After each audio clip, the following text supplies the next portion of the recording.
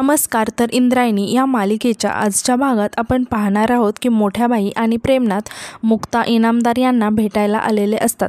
प्रेमनाथ तिथे एका कार्यकर्त्याला आपली ओळख करून देत सांगतो की मी प्रेमनाथ विंजे सरकार, विठूच्या वाडीचे दिग्रजकर आहेत ना, त्यांचा एकुलता एक जावई. तो कार्यकर्ता म्हणतो की मग मी काय करू? प्रेमनाथ म्हणतो की तुम्ही एकच काम करा. आणि तो मोठ्या बाईंकडे बघून म्हणतो की त्या तिकडे दिसत आहेत ना, त्या आमच्या सासूबाई आहेत. आणि तो मोठ्या बाईंना आवाज देऊन बोलवतो आणि सांगतो की हे आमच्या माननीय सासूबाई, आम्ही दोघांना ना त्या मुक्ता मॅडम आल्या आहेत ना, त्यांना भेटायचं आहे. कार्यकर्ता विचारतो की तुम्हाला मुक्ता मॅडमला भेटायचं आहे? प्रेमनाथ म्हणतो की हो, त्यासाठी तर आलो आहोत इथे. कार्यकर्ता विचारतो की काय काम आहे तुमचं मॅडमकडे? तर मोठ्या बाई म्हणतात की ते विचारणं तुमचं काम आहे का? मग नुसत्या चौकशा नको. कार्यकर्ता म्हणतो की तेच तर काम आहे माझं, म्हणून तर विचारतोय. मोठ्या बाई विचारतात की तुमचं काय नाव आहे? कार्यकर्ता सांगतो की मी सदानंद भदे. मोठ्या बाई हसत म्हणतात की भजे? कार्यकर्ता सांगतो की भजे नाही हो, मध्ये मुक्ता इनामदार मॅडमचा PA आहे मी, भदे. मोठ्या बाई म्हणतात मग आम्हाला मुक्ता इनामदार मॅडमला भेटायचं आहे.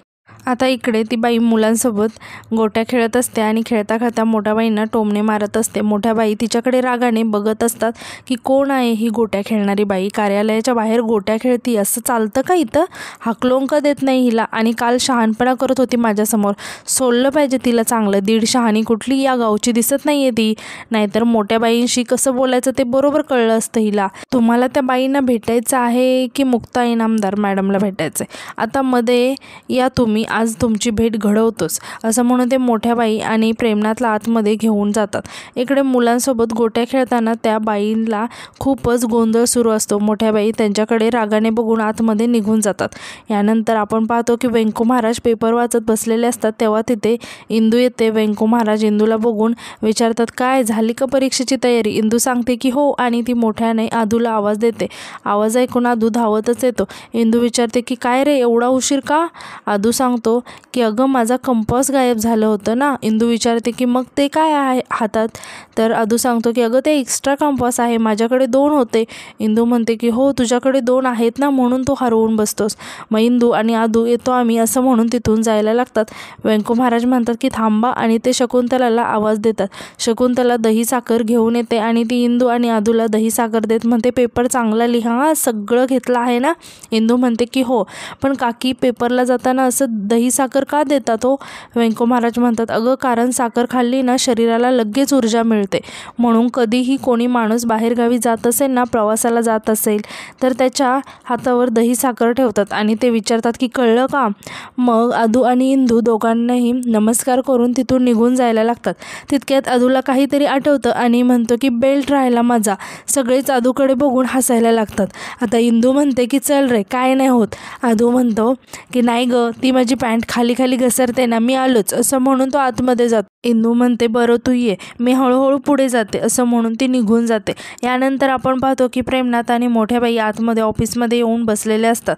प्रेमनाथ म्हणतो की अहो भदे, काय हे, किती वेळ वाट पाहायची अजून? आम्ही मामूली वाटतो का आम्ही? भदे म्हणतात की हो विंजे सरकार वगैरे, तुमचं सगळं खरं आहे, सांगून झालं का? मॅडम येतीलच इतक्यात. प्रेमनाथ म्हणतो इतक्यात काय, किती वेळ झाला वाट पाहतोय, बोलवा लवकर. भदे म्हणतात की हे काय आल्याच. तेव्हा तिथे इंदूला भेटलेली ती बाई म्हणजे मोठ्या बाईंचा जिच्याशी वाद झाला होता ती येते आणि त्याच मुक्ता इनामदार असतात. आता मुक्ता इनामदारची मस्त अशी एंट्री होते. प्रेमनाथ आणि मोठ्या बाई त्यांच्याकडे बघून खूप शॉक होतात. मोठ्या बाईंना तर घाबरून काही सुचतच नाही. आता मुक्ता मॅडम गोट्यांची एक पोटली भदेकडे देत म्हणतात की सांभाळून ठेवा, कष्टाची कमाई आहे. प्रेमनाथ घाबरून त्यांच्याकडे बघत असतो. मुक्ता मॅडम मोठ्या बाईंकडे बघत म्हणतात भदे हे कोण? मोठ्या बाई म्हणतात की मी आनंदीबाई. मुक्ता मॅडम हसत म्हणतात की तुम्हाला कशी नाही ओळखणार? आणि त्या भदेंना म्हणतात की बरं का भदे, हे आनंदीबाई दिग्रजकर, गावात खूप मोठा वाडा आहे यांचा, वाड्यासमोर मोठं मंदिर आहे आणि त्यात त्यांचा प्रायव्हेट विठोबा आहे, असं म्हणून ते हसायला लागतात. मोठ्या बाई घाबरून म्हणतात नाही तसं नाही ते मंदिर. मुक्ता मॅडम प्रेमनाथकडे बघत म्हणतात ते नाही, त्यांच्या बाजूला ते केस पिंजारलेले उभे आहेत ना, ते कोण आहेत? मोठ्या बाई म्हणतात की आमचे जावई आहेत ते. प्रेमनाथ म्हणतो की 1 मिनिट हा, असं म्हणून तो मोठ्या बाईंकडे हार आणि फुलांचा गुच्छ देतो. मोठ्या बाई मुक्ता मॅडमला ते देत म्हणतात की विठूच्या वाडीत आपलं स्वागत आहे. मुक्ता मॅडम हातानेच ठीक आहे असं म्हणून सांगतात. आता प्रेमनाथ म्हणतो की मी प्रेमनाथ विंजे सरकार यांचा जावई कम प्रचार प्रमुख. मुक्ता मॅडम विचारतात की इथे काय काम आहे पण तुमचं? प्रेमनाथ म्हणतो मॅडमच्या सपोर्टला आलो आहे.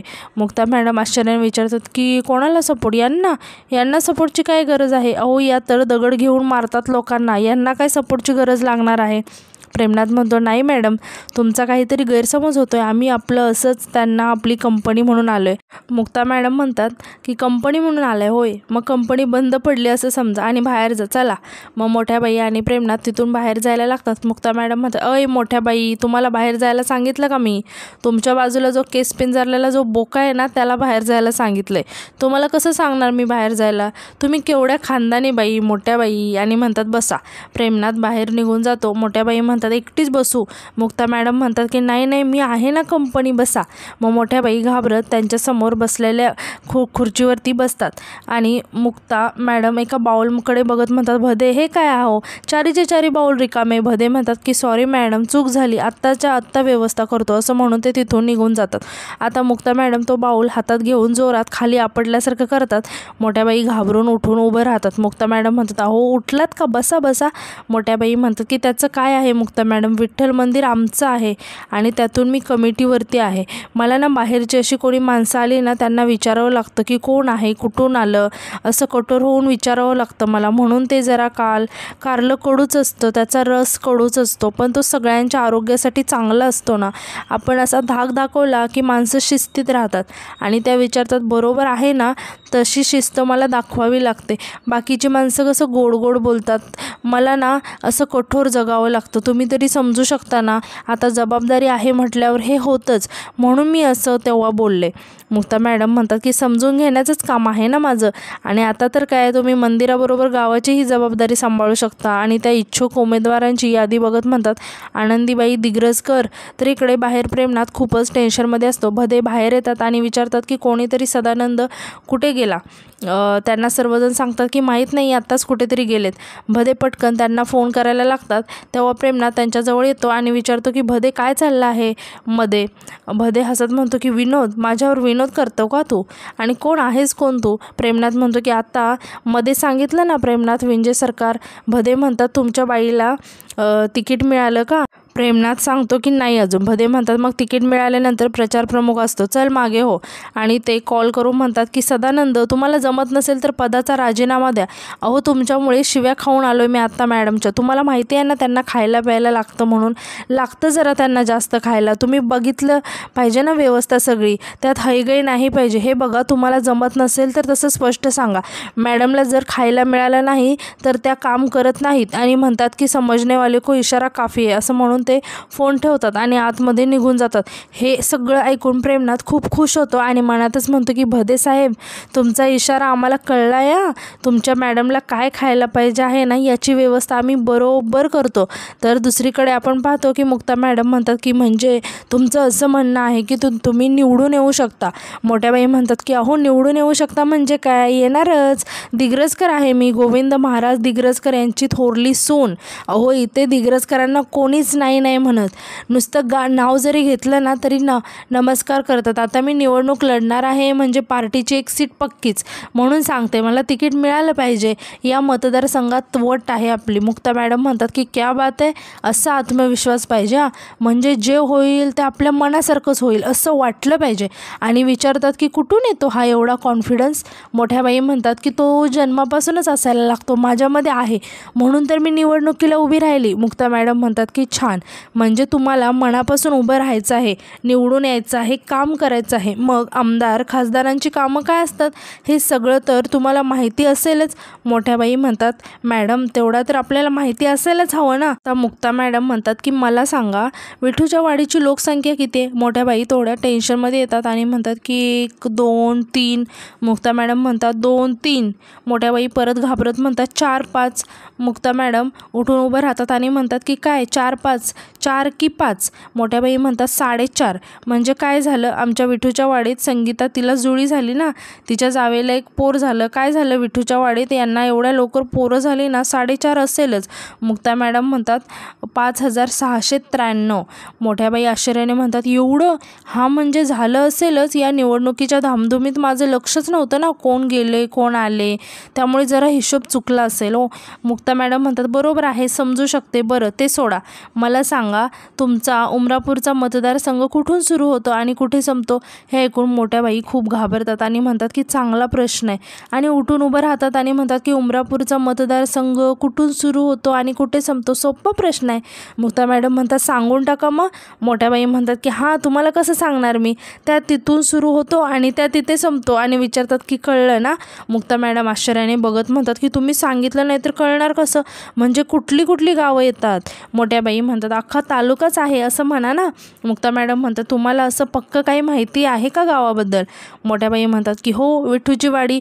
मुक्ता मॅडम वैतागून म्हणतात बरोबर आहे, पण तुमच्या या विठूच्या वाडीत किती वॉर्ड आहेत?